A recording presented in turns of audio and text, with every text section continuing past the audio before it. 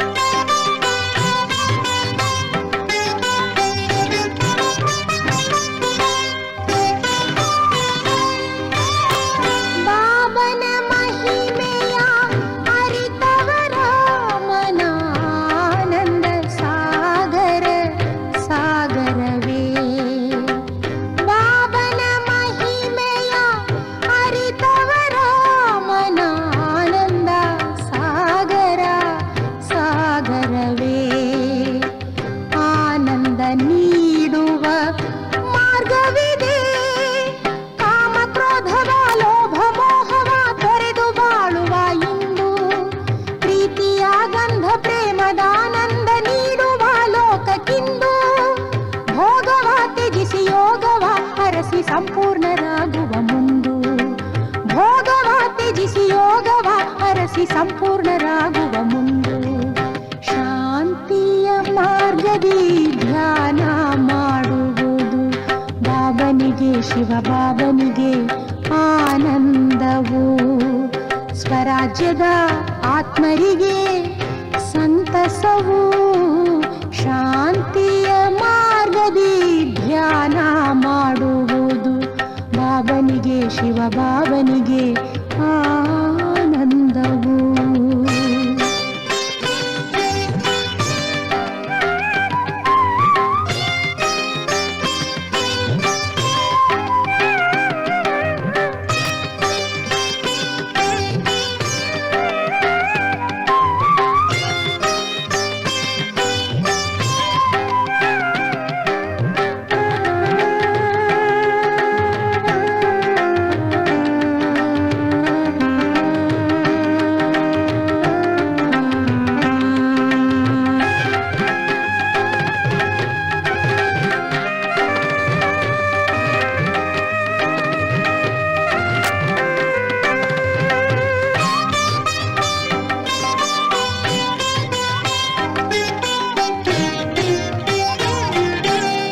ಪ್ರಕೃತಿಯ ಮಡಿಲಲ್ಲಿ ಪ್ರೀತಿಯ ನುಡಿಯಲ್ಲಿ ಕಾಣುವುದು ನಮ್ಮ ಬಾಬನ ರೂಪ. ಪ್ರಕೃತಿಯ ಮಡಿಲಲ್ಲಿ ಪ್ರೀತಿಯ ನುಡಿಯಲ್ಲಿ ಕಾಣುವುದು ನಮ್ಮ ಬಾಬನ ರೂಪ. ಕ್ರಾಂತಿಯ ಅಳಿಸಿ ಶಾಂತಿಯ ಉಳಿಸಿ ನೆಮ್ಮದಿ ಜ್ಯೋತಿ ಸ್ವರೂಪ. ಜ್ಞಾನದ ಭಾವ ಶಕ್ತಿಯ ಕಿರಣ ತುಂಬಲಿ ಮನವ ತುಂಬಲಿ. ಆಸೆ ಎಂಬ ಮನುಬೊಂಬೆಯ ಬಯಕೆ ತೊರೆಯಲಿ ಮನವೇ ತೊರೆಯಲಿ. ಜ್ಞಾನ ಚಿಂತೆಯಲಿ ಬಾಬನ ಸ್ಮರಿಸಿ ನಲಿಯಲಿ ಮನವು ಅರಳಲಿ. ಜ್ಞಾನ ಚಿಂತೆಯಲಿ ಬಾಬನ ಸ್ಮರಿಸಿ ನಲಿಯಲಿ ಮನವು ಅರಳಲಿ. ಶಾಂತಿಯ ಮಾರ್ಗದಿ ಧ್ಯಾನ ಮಾಡುವುದು ಬಾಬನಿಗೆ, ಶಿವ ಬಾಬನಿಗೆ ಆನಂದವು. ಸ್ವರಾಜ್ಯದ ಆತ್ಮರಿಗೆ ಸಂತಸವು. ಶಾಂತಿಯ ಮಾರ್ಗದಿ ಧ್ಯಾನ ಮಾಡುವುದು ಬಾಬನಿಗೆ, ಶಿವ ಬಾಬನಿಗೆ ಆನಂದವು. ಶಿವಭಾವನಿಗೆ ಆನಂದವು.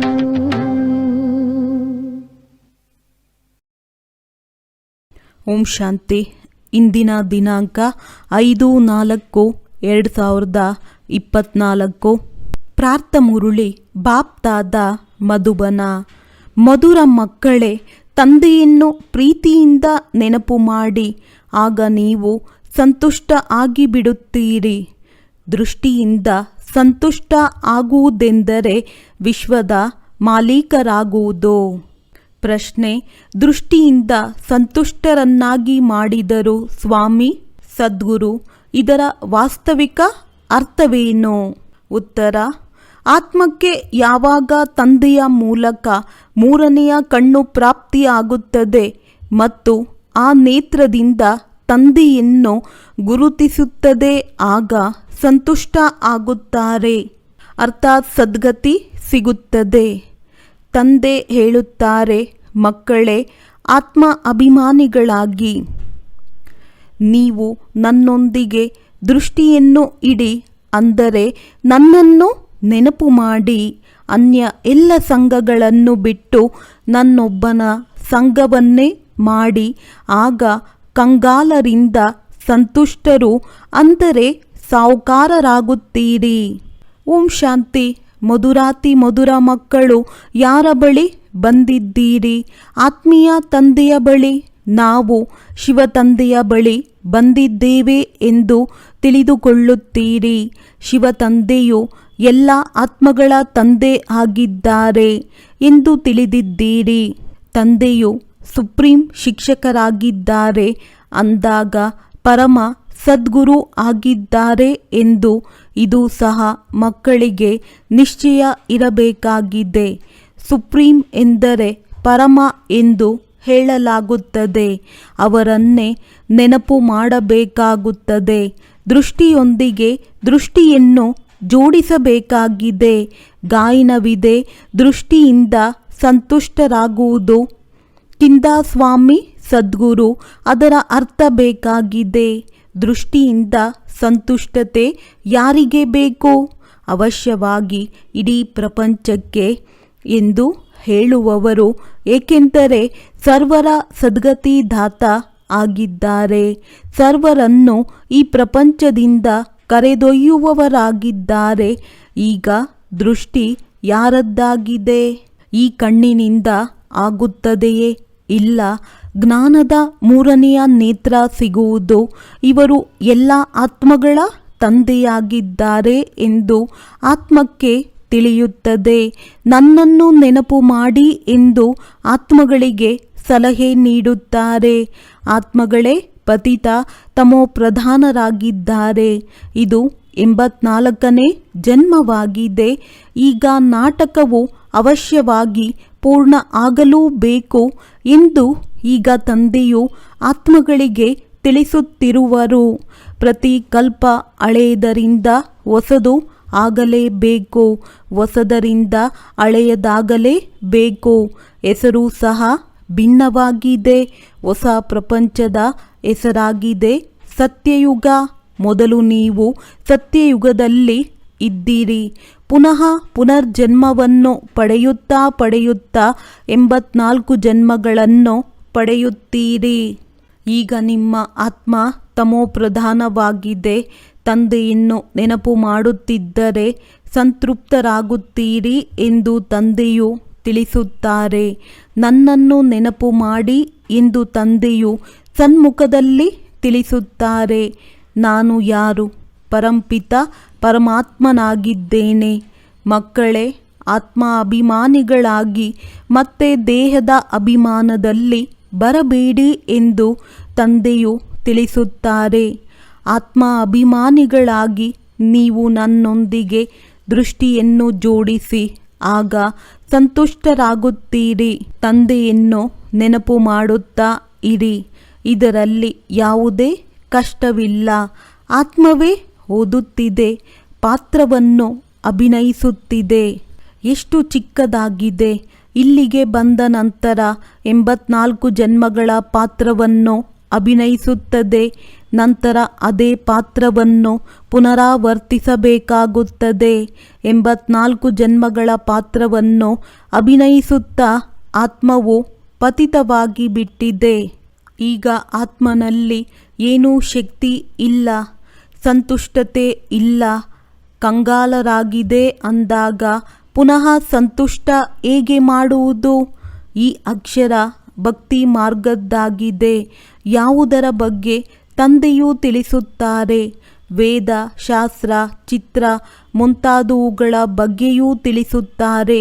ನೀವು ಈ ಚಿತ್ರಗಳನ್ನು ಶ್ರೀಮತದನುಸಾರವಾಗಿ ಮಾಡುತ್ತೀರಿ. ಆಸುರಿ ಮತದಂತೆ ಅನೇಕ ಚಿತ್ರಗಳನ್ನು ಮಾಡಿದ್ದಾರೆ. ಅದು ಮಣ್ಣಿನದ್ದು, ಕಲ್ಲಿನದ್ದಾಗಿದೆ. ಅದಕ್ಕೆ ಯಾವುದೇ ವೃತ್ತಾಂತವಿಲ್ಲ. ಇಲ್ಲಂತೂ ತಂದೆಯು ಬಂದು ಮಕ್ಕಳಿಗೆ ಓದಿಸುತ್ತಾರೆ. ಭಗವಾನುವಾಚವಿದೆ ಎಂದರೆ ಅವರ ಜ್ಞಾನವಾಯಿತು. ವಿದ್ಯಾರ್ಥಿಗಳಿಗೆ ಇವರು ಇಂತಹ ಶಿಕ್ಷಕರು ಎಂದು ತಿಳಿದಿರುತ್ತದೆ. ಇಲ್ಲಿ ನೀವು ಮಕ್ಕಳಿಗೆ ತಿಳಿದಿದೆ, ಬೇಹದ್ದಿನ ತಂದೆಯು ಒಂದೇ ಬಾರಿ ಬಂದು ಇಂತಹ ವಿಚಿತ್ರವಾದ ವಿದ್ಯೆಯನ್ನು ಓದಿಸುತ್ತಾರೆ. ಈ ವಿದ್ಯೆ ಮತ್ತು ಆ ವಿದ್ಯೆಯಲ್ಲಿ ರಾತ್ರಿ ಹಗಲಿನ ಅಂತರವಿದೆ. ಆ ವಿದ್ಯೆಯನ್ನು ಓದುತ್ತಾ ರಾತ್ರಿಯಾಗಿ ಬಿಡುತ್ತದೆ. ಈ ವಿದ್ಯಾಭ್ಯಾಸದಿಂದ ದಿನದಲ್ಲಿ ಹೋಗುತ್ತೀರಿ. ಲೌಕಿಕ ವಿದ್ಯೆಯನ್ನಂತೂ ಜನ್ಮಾಂತರದಿಂದಲೂ ಓದುತ್ತಾ ಬಂದಿರಿ. ಈ ವಿದ್ಯೆಯಲ್ಲಂತೂ ಯಾವಾಗ ಆತ್ಮವು ಪವಿತ್ರ ಆಗುತ್ತದೋ ಆಗ ಧಾರಣೆ ಆಗುತ್ತದೆ ಎಂದು ತಂದೆಯು ಸ್ಪಷ್ಟವಾಗಿ ತಿಳಿಸುತ್ತಾರೆ. ಸಿಂಹಿಣಿಯ ಹಾಲು ಚಿನ್ನದ ಪಾತ್ರೆಯಲ್ಲಿಯೇ ನಿಲ್ಲುತ್ತದೆ ಎಂದು ಹೇಳುತ್ತಾರೆ. ನಾವು ಈಗ ಚಿನ್ನದ ಪಾತ್ರೆಯಾಗುತ್ತಿದ್ದೇವೆ ಎಂದು ನೀವು ಮಕ್ಕಳು ತಿಳಿಯುತ್ತೀರಿ. ಆಗುವುದು ಮನುಷ್ಯರೇ ಆದರೆ ಆತ್ಮವು ಸಂಪೂರ್ಣ ಪವಿತ್ರ ಆಗಬೇಕಾಗಿದೆ. 24 ಕ್ಯಾರೆಟ್ ಇದ್ದದ್ದು ಈಗ 9 ಕ್ಯಾರೆಟ್ ಆಗಿಬಿಟ್ಟಿದೆ. ಆತ್ಮದ ಜ್ಯೋತಿಯು ಜಾಗೃತವಾಗಿತ್ತು. ಈಗ ನಂದಿ ಹೋಗಿದೆ. ಜ್ಯೋತಿಯು ಜಾಗೃತರಾಗಿರುವವರಲ್ಲಿ ಮತ್ತು ನಂದಿ ಹೋಗುವವರಲ್ಲಿಯೂ ಅಂತರವಿದೆ. ಜ್ಯೋತಿಯು ಜಾಗೃತರಾಗಿರುವವರಲ್ಲಿ ಮತ್ತು ನಂದಿ ಹೋಗುವವರಲ್ಲಿಯೂ ಅಂತರವಿದೆ. ಜ್ಯೋತಿಯು ಹೇಗೆ ಜಾಗೃತವಾಯಿತು ಮತ್ತೆ ಪದವಿಯನ್ನು ಹೇಗೆ ಪಡೆದರು ಎಂದು ತಂದೆಯು ತಿಳಿಸುತ್ತಾರೆ. ಮಕ್ಕಳೇ, ನನ್ನನ್ನು ನೆನಪು ಮಾಡಿ.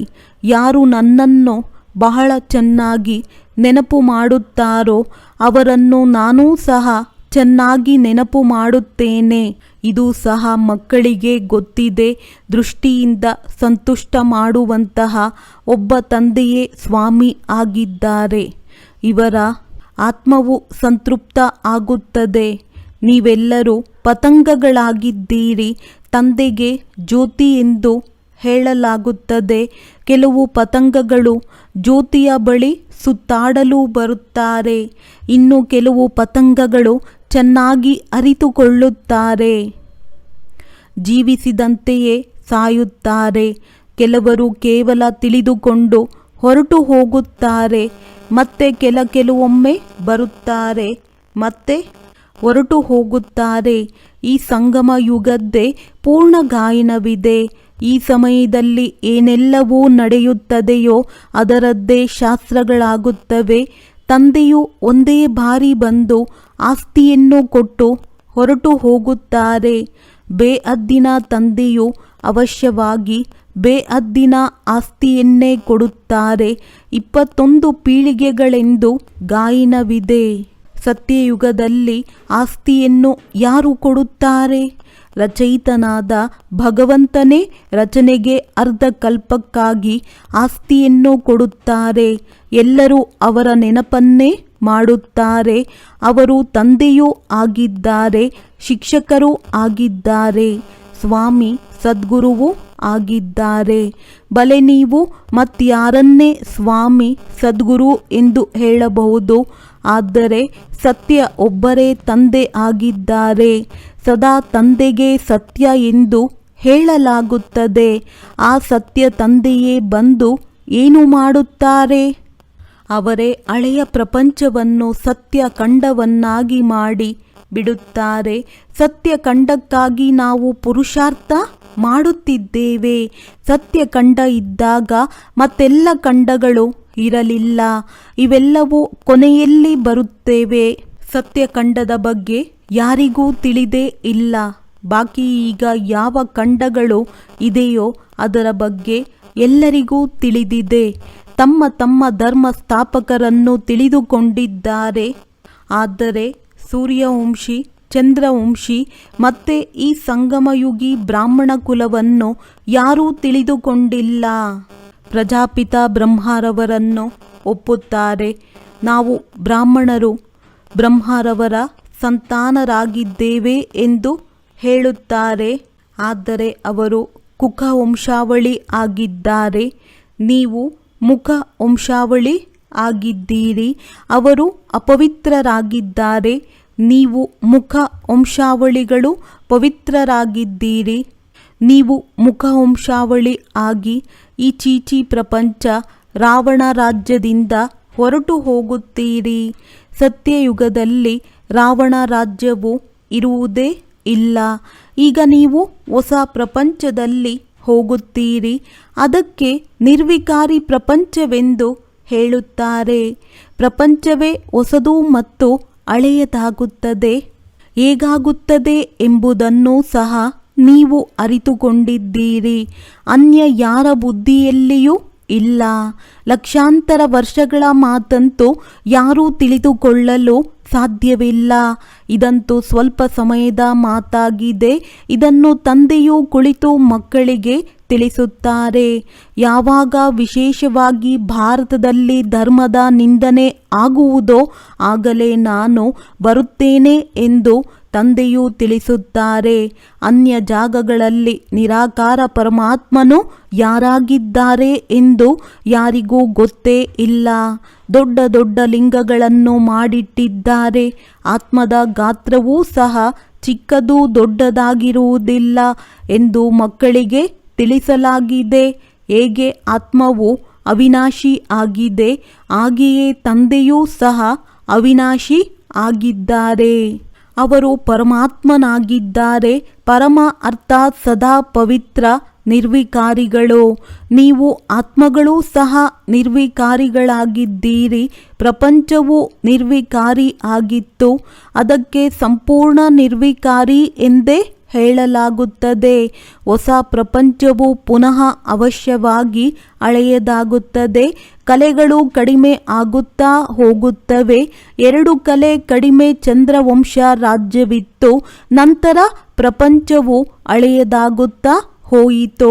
ಕೊನೆಗೆ ಮತ್ತೆಲ್ಲ ಖಂಡಗಳು ಬರುತ್ತಾ ಹೋಗುತ್ತವೆ. ಅದನ್ನು ಬೈಫ್ಲಾಟ್ ಎಂದು ಹೇಳುತ್ತಾರೆ. ಆದರೆ ಮಿಕ್ಸಪ್ ಸೇರ್ಪಡೆ ಆಗಿಬಿಟ್ಟಿದೆ. ಡ್ರಾಮಾದ ಅನುಸಾರ ಏನಾಗಬೇಕೋ ಅದೇ ಪುನಃ ಪುನರಾವರ್ತನೆ ಆಗುತ್ತದೆ.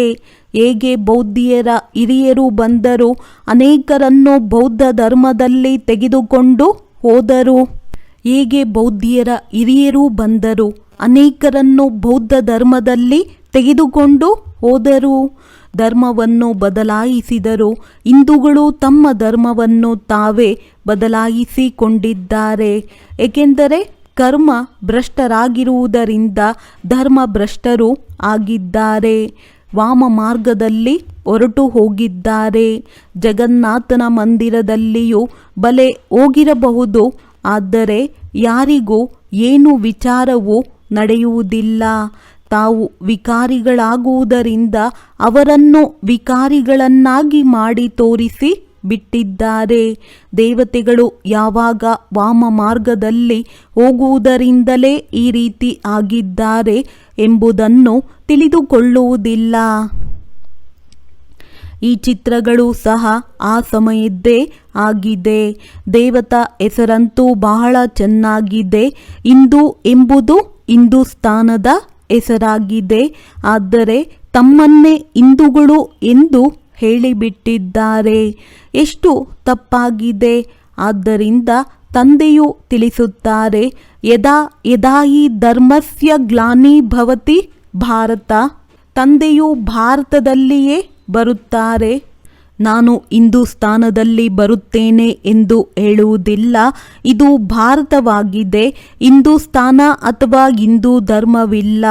ಮುಸಲ್ಮಾನರು ಹಿಂದೂಸ್ತಾನವೆಂಬ ಹೆಸರನ್ನು ಇಟ್ಟಿದ್ದಾರೆ. ಇದು ಸಹ ನಾಟಕದಲ್ಲಿ ನಿಗದಿಯಾಗಿದೆ. ಇದನ್ನು ಬಹಳ ಚೆನ್ನಾಗಿ ತಿಳಿದುಕೊಳ್ಳಬೇಕು. ಇದು ಜ್ಞಾನವಾಗಿದೆ. ಪುನರ್ಜನ್ಮಗಳನ್ನು ತೆಗೆದುಕೊಳ್ಳುತ್ತಾ ವಾಮ ಮಾರ್ಗದಲ್ಲಿ ಬರುತ್ತಾ ಭ್ರಷ್ಟಾಚಾರಿಗಳಾಗಿ ಬಿಡುತ್ತಾರೆ. ನಂತರ ದೇವತೆಗಳ ಮುಂದೆ ಹೋಗಿ ತಾವು ಸಂಪೂರ್ಣ ನಿರ್ವಿಕಾರಿಗಳಾಗಿದ್ದೀರಿ, ನಾವು ವಿಕಾರಿ ಪಾಪಿಗಳಾಗಿದ್ದೇವೆ ಎಂದು ಹೇಳುತ್ತೇವೆ.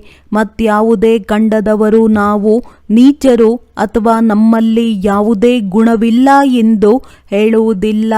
ಈ ರೀತಿ ಹೇಳುವುದನ್ನು ಸಹ ಎಂದು ಕೇಳಿರುವುದಿಲ್ಲ. ಸಿಖ್ ಧರ್ಮದವರು ಸಹ ಗ್ರಂಥದ ಮುಂದೆ ಕುಳಿತುಕೊಳ್ಳುತ್ತಾರೆ. ಆದರೆ ತಾವು ನಿರ್ವಿಕಾರಿಗಳು, ನಾವು ವಿಕಾರಿಗಳು ಎಂದು ಎಂದಿಗೂ ಹೇಳುವುದಿಲ್ಲ. ನಾನಕ್ ಪಂಥದವರು ಕಂಕಣವನ್ನು ಕಟ್ಟಿಕೊಳ್ಳುತ್ತಾರೆ. ಅದು ನಿರ್ವಿಕಾರಿತನದ ಚಿಹ್ನೆಯಾಗಿದೆ. ಆದರೆ ವಿಕಾರದ ವಿನಃ ಇರಲು ಅವರಿಂದ ಆಗುವುದಿಲ್ಲ. ಸುಳ್ಳು ಚಿಹ್ನೆಗಳನ್ನು ಇಟ್ಟು ಬಿಟ್ಟಿದ್ದಾರೆ. ಹೇಗೆ ಹಿಂದೂಗಳು ಜನಿವಾರವನ್ನು ಧರಿಸುತ್ತಾರೆ, ಇದು ಪವಿತ್ರತೆಯ ಸಂಕೇತವಾಗಿದೆ. ಇಂದಿನ ದಿನಗಳಲ್ಲಂತೂ ಧರ್ಮವನ್ನು ಒಪ್ಪುವುದಿಲ್ಲ. ಈ ಸಮಯದಲ್ಲಿ ಭಕ್ತಿ ಮಾರ್ಗವು ನಡೆಯುತ್ತದೆ. ಇದಕ್ಕೆ ಭಕ್ತಿ ಕಾಂಡವೆಂದು ಹೇಳಲಾಗುತ್ತದೆ. ಸತ್ಯಯುಗದಲ್ಲಿ ಜ್ಞಾನ ಕಂಡವಿರುತ್ತದೆ. ಅಲ್ಲಿ ದೇವತೆಗಳು ಸಂಪೂರ್ಣ ನಿರ್ವಿಕಾರಿಗಳಾಗುತ್ತಾರೆ. ಕಲಿಯುಗದಲ್ಲಿ ಯಾರೂ ಸಂಪೂರ್ಣ ನಿರ್ವಿಕಾರಿಗಳಾಗಿರಲು ಸಾಧ್ಯವಿಲ್ಲ. ಪ್ರವೃತ್ತಿ ಮಾರ್ಗದವರ ಸ್ಥಾಪನೆಯನ್ನು ತಂದೆಯು ಮಾಡುತ್ತಾರೆ. ಉಳಿದೆಲ್ಲ ಗುರುಗಳು ನಿವೃತ್ತಿ ಮಾರ್ಗದವರಾಗಿರುತ್ತಾರೆ. ತಂದೆಯು ತಿಳಿಸುತ್ತಾರೆ, ಇದೇನೆಲ್ಲವನ್ನು ಓದುತ್ತೀರೋ ಅದರಿಂದ ನಾನು ಸಿಗುವುದಿಲ್ಲ. ಯಾವಾಗ ನಾನು ಬರುತ್ತೇನೆಯೋ ಆಗ ಎಲ್ಲರನ್ನೂ ದೃಷ್ಟಿಯಿಂದ ಸಂತುಷ್ಟ ಮಾಡಿಬಿಡುತ್ತೇನೆ.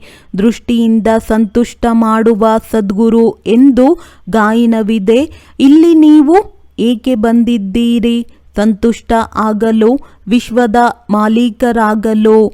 ತಂದೆಯನ್ನು ನೆನಪು ಮಾಡುವುದರಿಂದ ಸಂತುಷ್ಟ ಆಗಿಬಿಡುತ್ತೀರಿ. ಈ ರೀತಿ ಮಾಡಿದರೆ ನೀವು ಈ ರೀತಿ ಆಗುತ್ತೀರಿ ಎಂದು ಯಾರೂ ಹೇಳುವುದಿಲ್ಲ. ನೀವು ಈ ರೀತಿ ಆಗಬೇಕು ಎಂದು ತಂದೆಯೇ ಹೇಳುತ್ತಾರೆ. ಈ ಲಕ್ಷ್ಮೀ ನಾರಾಯಣರು ಹೇಗಾದರೂ ಯಾರಿಗೂ ಗೊತ್ತಿಲ್ಲ. ನೀವು ಮಕ್ಕಳಿಗೆ ತಂದೆಯು ಎಲ್ಲವನ್ನೂ ತಿಳಿಸುತ್ತಾರೆ. ಇವರೇ 84 ಜನ್ಮಗಳನ್ನು ತೆಗೆದುಕೊಂಡು ಪತಿತರಾದರು. ಪುನಃ ಪಾವನರನ್ನಾಗಿ ಮಾಡಲು ಬಂದಿದ್ದೇನೆ.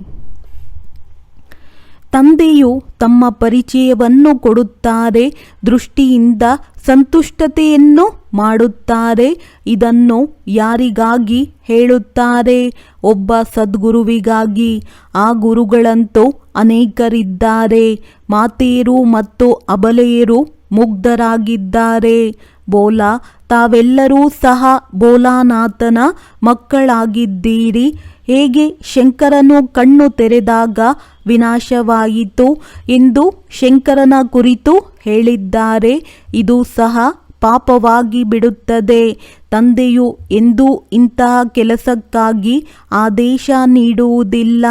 ವಿನಾಶವಂತೂ ಅನ್ಯ ಯಾವುದೇ ವಸ್ತುಗಳಿಂದ ಆಗಬಹುದಲ್ಲವೇ? ತಂದೆಯು ಇಂತಹ ಸಲಹೆಯನ್ನು ಕೊಡುವುದಿಲ್ಲ. ಇದೆಲ್ಲವನ್ನು ವಿಜ್ಞಾನದವರು ತಯಾರಿಸುತ್ತಾರೆ. ನಾವೇ ನಮ್ಮ ಕುಲದ ವಿನಾಶ ಮಾಡಿಕೊಳ್ಳುತ್ತೇವೆ ಎಂದು ತಿಳಿಯುತ್ತಾರೆ. ಅವರು ಬಂಧಿತರಾಗಿದ್ದಾರೆ. ಅದನ್ನು ಮುಂದೆ ಮಾಡದೇ ಇರಲು ಅವರಿಂದ ಆಗುವುದಿಲ್ಲ. ಎಷ್ಟೊಂದು ಹೆಸರು ಬರುತ್ತದೆ. ಚಂದ್ರಗ್ರಹದ ಬಳಿಯೂ ಹೋಗುತ್ತಾರೆ. ಆದರೆ ಪ್ರಯೋಜನವೇನೂ ಇಲ್ಲ. ಮಧುರಾತಿ ಮಧುರ ಮಕ್ಕಳೇ, ನೀವು ತಂದೆಯೊಂದಿಗೆ ದೃಷ್ಟಿಯನ್ನು ಇಡಿ. ಅಥವಾ ಏ ಆತ್ಮಗಳೇ, ನಮ್ಮ ತಂದೆಯನ್ನು ನೆನಪು ಮಾಡಿದರೆ ಸಂತುಷ್ಟ ಆಗಿಬಿಡುತ್ತೀರಿ. ಯಾರು ನನ್ನನ್ನು ನೆನಪು ಮಾಡುತ್ತಾರೋ ಅವರನ್ನು ನಾನೂ ಸಹ ನೆನಪು ಮಾಡುತ್ತೇನೆ ಎಂದು ತಂದೆಯು ತಿಳಿಸುತ್ತಾರೆ, ಯಾರು ನನಗಾಗಿ ಸೇವೆ ಮಾಡುತ್ತಾರೋ ನಾನು ಅವರನ್ನು ನೆನಪು ಮಾಡುತ್ತೇನೆ, ಆದ್ದರಿಂದ ಅವರಿಗೆ ಬಲ ಸಿಗುತ್ತದೆ. ನೀವೆಲ್ಲರೂ ಇಲ್ಲಿ ಕುಳಿತಿದ್ದೀರಿ, ಯಾರು ಸಂತುಷ್ಟ ಆಗುತ್ತೀರೋ ಅವರೇ ರಾಜರಾಗುತ್ತಾರೆ. ಮತ್ತೆಲ್ಲ ಸಂಘಗಳನ್ನು ಬಿಟ್ಟು ಒಬ್ಬರ ಸಂಘವನ್ನು ಸೇರುತ್ತೇವೆ ಎಂಬ ಗಾಯನವಿದೆ. ಆ ಒಬ್ಬರು ನಿರಾಕಾರನಾಗಿದ್ದಾರೆ. ಆತ್ಮವು ನಿರಾಕಾರನಾಗಿದೆ. ನನ್ನನ್ನು ನೆನಪು ಮಾಡಿ ಎಂದು ತಂದೆಯು ತಿಳಿಸುತ್ತಾರೆ. ಏ ಪತಿತ ಪಾವನ ಎಂದು ನೀವೂ ಸಹ ಹೇಳಿದ್ದೀರಿ ಅಂದ ಮೇಲೆ ಇದನ್ನು ಯಾರಿಗೆ ಹೇಳಿದ್ದೀರಿ? ಬ್ರಹ್ಮನಿಗೋ, ವಿಷ್ಣುವಿಗೋ ಅಥವಾ ಶಂಕರನಿಗೋ? ಅಲ್ಲ, ಪತಿತ ಪಾವನ ಒಬ್ಬ ತಂದೆಯಾಗಿದ್ದಾರೆ. ಅವರು ಸದಾ ಪಾವನರೇ ಆಗಿದ್ದಾರೆ. ಅವರಿಗೆ ಸರ್ವಶಕ್ತಿವಂತನೆಂದು ಹೇಳಲಾಗುತ್ತದೆ. ತಂದೆಯೇ ಸೃಷ್ಟಿಯ ಆದಿ ಮಧ್ಯ ಅಂತ್ಯದ ಜ್ಞಾನವನ್ನು ತಿಳಿಸುತ್ತಾರೆ ಮತ್ತು ಎಲ್ಲ ಶಾಸ್ತ್ರಗಳನ್ನು ಅರಿತಿದ್ದಾರೆ. ಆ ಸನ್ಯಾಸಿಗಳು ಶಾಸ್ತ್ರಗಳನ್ನು ಓದಿ ಬಿರುದುಗಳನ್ನು ಪಡೆಯುತ್ತಾರೆ. ತಂದೆಗಂತೂ ಮೊದಲೇ ಬಿರುದು ಸಿಕ್ಕಿದೆ, ಅವರು ಓದಿ ಪಡೆಯಬೇಕಾಗಿಲ್ಲ. ಒಳ್ಳೆಯದು. ಮಧುರಾತಿ ಮಧುರ ಅಗಲಿ ಮರಳಿ ಸಿಕ್ಕಿರುವಂತಹ ಮಕ್ಕಳಿಗೆ ಪ್ರೀತಿಯ ಮಾತ್ಪಿತಾ ಬಾಪ್ತಾದರವರ ನೆನಪು, ಪ್ರೀತಿ ಹಾಗೂ ಸುಪ್ರಭಾತ. ಆತ್ಮೀಯ ಮಕ್ಕಳಿಗೆ ಆತ್ಮೀಯ ತಂದೆಯ ನಮಸ್ತೆ. ಧಾರಣೆಗಾಗಿ ಮುಖ್ಯ ಸಾರ: ಜ್ಯೋತಿಯ ಮೇಲೆ ಜೀವಿಸಿದಂತೆಯೇ ಸಾಯುವ ಪತಂಗಗಳಾಗಬೇಕಾಗಿದೆ. ಕೇವಲ ಪ್ರದಕ್ಷಿಣೆ ಹಾಕಿ ಹೊರಟು ಹೋಗುವವರಲ್ಲ. ಈಶ್ವರಿಯ ವಿದ್ಯೆಯನ್ನು ಧಾರಣೆ ಮಾಡಲು ಬುದ್ಧಿಯನ್ನು ಸಂಪೂರ್ಣ ಪಾವನ ಮಾಡಿಕೊಳ್ಳಬೇಕಾಗಿದೆ. ಮತ್ತೆಲ್ಲ ಸಂಘಗಳನ್ನು ಬಿಟ್ಟು ತಂದೆಯ ಸಂಘದಲ್ಲಿ ಇರಬೇಕಾಗಿದೆ. ಒಬ್ಬ ತಂದೆಯ ನೆನಪಿನಿಂದ ಸ್ವಯಂ ತನ್ನನ್ನು ಸಂತುಷ್ಟ ಮಾಡಿಕೊಳ್ಳಬೇಕಾಗಿದೆ. ವರದಾನ: ಹೃದಯದ ಪರಿಶೀಲನೆಯಿಂದ ದಿಲಾರಾಮನ ಆಶೀರ್ವಾದ ಪ್ರಾಪ್ತಿ ಮಾಡಿಕೊಳ್ಳುವಂತಹ ಸ್ವಪರಿವರ್ತಕ ಭವ. ಸ್ವಯಂವನ್ನು ಪರಿವರ್ತನೆ ಮಾಡಿಕೊಳ್ಳಬೇಕಾದರೆ 2 ಮಾತಿನ ಸತ್ಯ ಹೃದಯದ ಪರಿಶೀಲನಾ ಶಕ್ತಿಯ ಅವಶ್ಯಕತೆ ಇದೆ. ತನ್ನ ಬಲಹೀನತೆಯ ಪರಿಶೀಲನೆ. 2ನೇದು, ಏನು ಪರಿಸ್ಥಿತಿ ಅಥವಾ ವ್ಯಕ್ತಿ ನಿಮಿತ್ತರಾಗುತ್ತಾರೆ ಅವರ ಇಚ್ಛೆ ಮತ್ತು ಅವರ ಮನಸ್ಸಿನ ಭಾವನೆಯ ಪರಿಶೀಲನೆ. ಪರಿಸ್ಥಿತಿಯ ಪೇಪರ್ನ ಕಾರಣವನ್ನು ತಿಳಿದು ಸ್ವಯಂನಲ್ಲಿ ಪಾಸ್ ಆಗುವ ಶ್ರೇಷ್ಠ ಸ್ವರೂಪದ ಪರಿಶೀಲನೆ ಇದ್ದಲ್ಲಿ ಸ್ವಸ್ಥಿತಿ ಶ್ರೇಷ್ಠವಾಗಿದೆ. ಪರಿಸ್ಥಿತಿ ಪೇಪರ್ ಆಗಿದೆ. ಈ ಪರಿಶೀಲನೆ ಸಹಜವಾಗಿ ಪರಿವರ್ತನೆ ಮಾಡಿಸುವುದು ಮತ್ತು ಸತ್ಯ ಹೃದಯದ ಪರಿಶೀಲನೆ ಮಾಡಿದಾಗ ದಿಲಾರಾಮನ ಆಶೀರ್ವಾದ ಪ್ರಾಪ್ತಿಯಾಗುವುದು. ಸ್ಲೋಗನ್: ವಾರಿಸ್ ಇವರೇ ಆಗಿದ್ದಾರೆ. ಯಾರು ಎವರ್ ರೆಡಿಯಾಗಿ ಎಲ್ಲ ಕಾರ್ಯದಲ್ಲಿಯೂ ಜಿ ಹುಜೂರ್ ಹಾಜಿರ್ ಎನ್ನುತ್ತಾರೆ ಅವರು. ಒಳ್ಳೆಯದು. ಓಂ ಶಾಂತಿ.